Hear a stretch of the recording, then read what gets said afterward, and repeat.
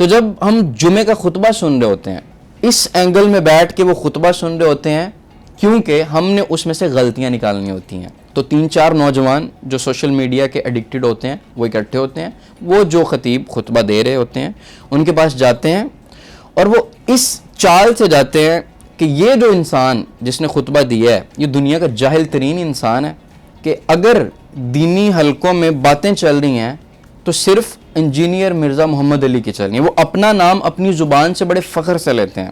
پاکستان کی 64% population young ہے, اور یہ ینگ لوگ جب بھی جمعہ پڑھنے جاتے ہیں, کیونکہ ہم لوگ ہفتے میں موسٹلی ایک دفعہ ہی مسجد کا رخ کرتے ہیں اور وہ دن ہوتا ہے جمعہ کا, تو جب ہم جمعہ پڑھنے جاتے ہیں تو جب ہم جمعے کا خطبہ سن رہے ہوتے ہیں تو وہ خطیب جو باتیں کر رہا ہوتا ہے, جو خطبہ دے رہا ہوتا ہے, جو ہمیں چیزیں سکھانے کی کوشش کر رہا ہوتا ہے, ہم وہ باتیں اس لیے نہیں سن رہے ہوتے کہ ہمیں ان باتوں سے کوئی فائدہ ہوگا یا یہ باتیں ہماری زندگی میں کام آئیں گی, بلکہ ہم اس اینگل میں بیٹھ کے وہ خطبہ سن رہے ہوتے ہیں کیونکہ ہم نے اس میں سے غلطیاں نکالنی ہوتی ہیں.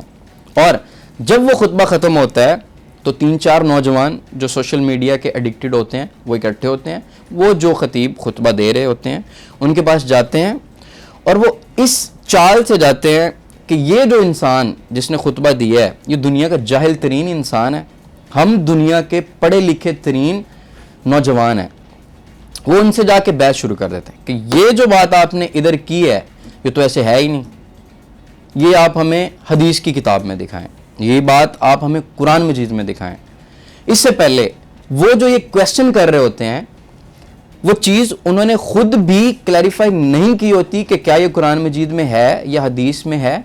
بس ان کو اتنا یقین ہوتا ہے کہ یہ انسان جو سادہ لو انسان ہے, جو کوئی زیادہ دکھاوا نہیں کرتا, جو کوئی بڑی بڑی باتیں نہیں کرتا, سمپلیسٹی میں رہتا ہے, مسجد میں آتا ہے, نماز پڑھاتا ہے, خطبہ دیتا ہے, تو اس کو تو کیا ہی پتہ ہوگا, عالم تو ہم ہیں, ہمیں سارا پتہ ہے.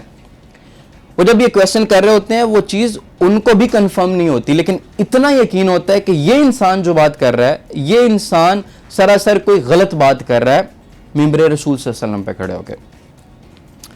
جب یہ بات بڑے دیکھتے ہیں جن کی ایجز 30+ ہیں, 40+ ہیں, تو وہ یہ بتاتے ہیں اور بڑے دکھ سے بتاتے ہیں کہ آج سے 8-10 سال پہلے ایسے نہیں ہوتا تھا. تو ایسا ہونا سٹارٹ کب ہوا؟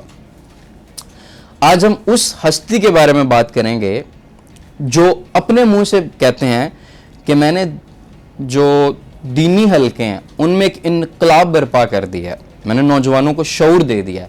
جی ہاں, ہم بات کر رہے ہیں انجینئر مرزا محمد علی کے بارے میں. انجینئر صاحب کی بہت بڑے بڑے ڈائلاگز مشہور ہیں, ان میں سے ایک میں آپ کو بتاتا ہوں. وہ ہر انٹرویو میں, ہر ویڈیو میں ایک بات ضرور کرتے ہوتے ہیں کہ اگر دینی حلقوں میں باتیں چل رہی ہیں تو صرف انجینئر مرزا محمد علی کی چل رہی ہیں. وہ اپنا نام اپنی زبان سے بڑے فخر سے لیتے ہیں. آپ لوگوں سے میرا ایک سوال ہے کہ کوئی بھی انسان معاشرتی طور پر یا مذہبی طور پر جب کوئی بہت بڑی خدمت سر انجام دیتا ہے تو وہ انسان ہمبل ہو جاتا ہے یا اس کے اندر فخر اور غرور آ جاتا ہے؟ جب بھی آپ کوئی بڑی پرسنالٹی کو دیکھتے ہیں جو واقعی جس نے کچھ کام کیا ہوتا ہے, جس نے سوسائٹی کو کچھ دیا ہوتا ہے, وہ آپ کو جب آپ اس کی تعریف کرتے ہیں تو وہ کہتے ہیں کہ نہیں یار اس میں میرا تو کوئی کمال نہیں ہے, تو اللہ تعالیٰ کا فضل ہے. لیکن انجینئر صاحب کہتے ہیں کہ میں نے ایسا کام کر دیا, میں نے ایسا شعور دے دیا ہے کہ آج کے نوجوان کو سب پتہ چل گیا. اب اس نوجوان کو کچھ بھی نہیں پتہ چلا, اس نوجوان کو صرف اتنا پتہ چلا ہے کہ یہ جتنے بھی مولوی حضرات ہیں یا جتنے بھی بزرگ تھے, اب بزرگوں کے بارے میں انجینئر صاحب نے یہ کنسیپٹ دیا ہے کہ وہ مطلب ان کی ورڈنگ میں یہاں پہ یوز نہیں کر سکتا, لیکن ان کا مفہوم یہ ہے کہ انہوں نے اسلام کے لیے کوئی بڑی خدمت سر انجام نہیں دی. انجینئر صاحب کو شاید اس بات کا علم نہیں کہ آج پاکستان میں اور انڈیا میں جتنے بھی لوگ مسلمان ہیں یہ سب انہی بزرگان دین کی خدمات کے رزلٹ میں مسلمان ہوئے تھے.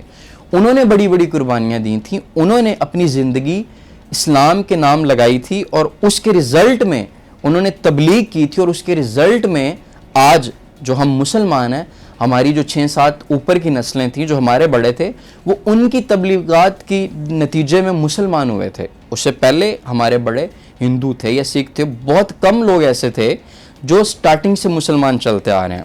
اب آتے ہیں انجینئر صاحب کی خدمات کے بارے میں. انجینئر صاحب نے بہت زیادہ ٹاپکس پہ بہت بڑی بڑی پبلیکیشنز دی ہیں, بہت بڑے بڑے ویڈیوز بنائے ہیں, بہت بڑے بڑے آرٹیکلز لکھے ہیں. یہاں پہ انجینئر صاحب کو میں ایک انسان کے طور پر لے رہا ہوں. انسان خطا کا پتلا ہوتا ہے. اب یہ جو چیزیں میں آئیڈینٹیفائی کر رہا ہوں, ان باتوں کا ہرگز یہ مطلب نہیں کہ انجینئر صاحب نے اسلام کے لیے کوئی کام نہیں کیا. ان کی بہت ساری خدمات ہیں اور ہم ان کے بارے میں بھی ویڈیو بنائیں گے, لیکن یہاں پر ہم ان چیزوں کو ہائی لائٹ کر رہے ہیں جن کی وجہ سے جو انجینئر صاحب کی باتیں ہیں, جو انجینئر صاحب نوجوانوں کو سکھا رہے ہیں, اس کے اچھے رزلٹ بھی آ رہے ہیں. نوجوانوں میں دینی شعور آ رہا ہے, نوجوانوں کو ریسرچ کرنا آ رہا ہے کہ کوئی بھی مسئلہ ہے, کوئی شرعی مسئلہ ہے, تو کس طرح وہ ڈائریکٹ قرآن مجید سے, احادیث سے اس کے بارے میں سیکھ سکتے ہیں, اس کو اپلائی کر سکتے ہیں. انجینئر صاحب کی بہت ساری خدمات ہیں, لیکن ہم بات کر رہے ہیں ان کی وہ جو مین غلطیاں جو شاید وہ دانستہ طور پہ نہیں کرتے, شاید ان سے ہو جاتی ہیں کیونکہ وہ بھی ایک انسان ہے, ہم ان کے بارے میں بات کر رہے ہیں. انجینئر صاحب اپنے منہ میاں مٹھو بنتے ہیں. اب جیسے کہ میں نے پہلے کہا, کوئی بھی انسان جب کوئی بڑا کام کرتا ہے, جب وہ سوسائٹی میں کچھ کنٹریبیوٹ کرتا ہے, تو وہ پہلے سے بھی زیادہ جھک جاتا ہے, اس کے اندر عاجزی آ جاتی ہے. انجینئر صاحب کا انداز بیان جذباتی ہے. آج کی ویڈیو میں میں نے جو بھی باتیں کی وہ میں نے آبزرو کی, سوسائٹی میں آبزرو کی. میں نے ایک چیز اور نوٹ کی کہ ہمارے جتنے بھی بڑی عمر کے لوگ ہیں وہ انجینئر صاحب کی جو خدمات ہیں ان سے کچھ زیادہ خوش نہیں ہیں. ان کی ایک بیسک ریزن ہے. وہ ریزن یہ ہے کہ پاکستان میں جو ادب ہے اس کو بڑا ملحوظ خاطر رکھا جاتا ہے, اور جب دین میں ادب نکال دیا جاتا ہے تو پھر شاید ہم اس طرح سے دین پہ چل نہیں سکتے, شاید ہمارے اندر سے عاجزی نکل جاتی ہے. اور جب بھی آپ اس یوتھ کو دیکھیں گے کہ جب بھی یہ کسی دینی مسئلے پہ بات کرتی ہے تو یہ لڑنا سٹارٹ کر دیتی ہے, اور یہ جس انسان سے لڑ رہی ہوتی ہے. آج کی ویڈیو میں نے جتنی بھی باتیں کی ان باتوں کا مقصد ہرگز یہ نہیں تھا کہ انجینئر مرزا محمد علی نے اسلام کے لیے کوئی کام نہیں کیا. انہوں نے اسلام کے لیے اپنی زندگی مختص کی ہے اور وہ بہت بڑی بڑی خدمات سر انجام دے رہے ہیں.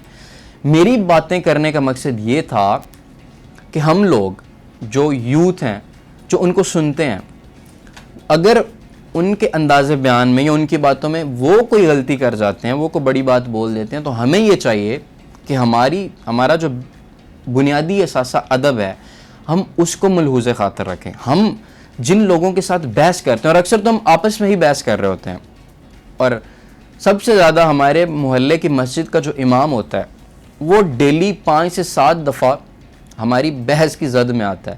تو جب ہم ان سے بحث کرتے ہیں تو اس میں ہم ادب کو اٹھا کے سائڈ پہ رکھ دیتے ہیں. ہماری ورڈنگ کچھ اس طرح کی ہوتی ہے کہ آپ بھی یہ کر رہے ہیں, آپ کے بڑوں نے بھی یہ کیا ہے. تو وہ جو ہمارے سامنے کھڑا ہوتا ہے اس نے مدرسے سے 8 سال 10 سال پڑھائی کی ہوتی ہے. وہ لوگ گھر میں نہیں رہے ہوتے, وہ لوگ مدرسے کے ماحول میں رہے ہوتے ہیں, اور وہ جن بڑوں کو آپ کہہ رہے ہوتے ہیں وہ ان سے بہت زیادہ پیار کرتے ہیں. اگر ہمارے بڑوں کے بارے میں کوئی ایسی بات کرے گا کہ یار آپ کو بھی کچھ نہیں پتا, آپ کے بڑوں کو بھی کچھ نہیں پتا تھا, تو سوچیں ہمیں کتنا دکھ ہوگا. تو وہ لوگ ان بڑوں کی بہت زیادہ رسپیکٹ کرتے ہیں, ان سے محبت کرتے ہیں. تو جب بھی اگر ہماری بات ویلڈ ہو, ہمارے پاس دلائل ہوں, قرآن مجید سے احادیث سے دلائل ہوں, لیکن پھر بھی ہماری بحث, ایک تو بحث ہونی ہی نہیں چاہیے, ہماری بات کنفرمیشن کی طرف جانی چاہیے کہ ہم ان سے پوچھیں کہ جی یہ اس طرح مسئلہ ہے. اگر وہ آگے سے کہیں کہ نہیں یہ اس طرح نہیں ہے, تو جب آپ قرآن سے حدیث سے دیکھ چکے ہو تو پھر آپ بحث ہی نہ کریں. آپ جس طرح قرآن مجید میں احادیث میں لکھا ہوا ہے, جب آپ کو یقین ہو گیا تو آپ اس طرح عمل کریں. آپ کو کوئی انسان پکڑ کے روکے گا تو نہیں, تو پھر آپ نے اس انسان کو یقین کیوں دلانا ہے, آپ نے ان سے سرٹیفکیٹ کیوں لینا ہے. کیسی لگی آپ کو آج کی ویڈیو, کمنٹ باکس میں ضرور بتائیے گا. Thank you.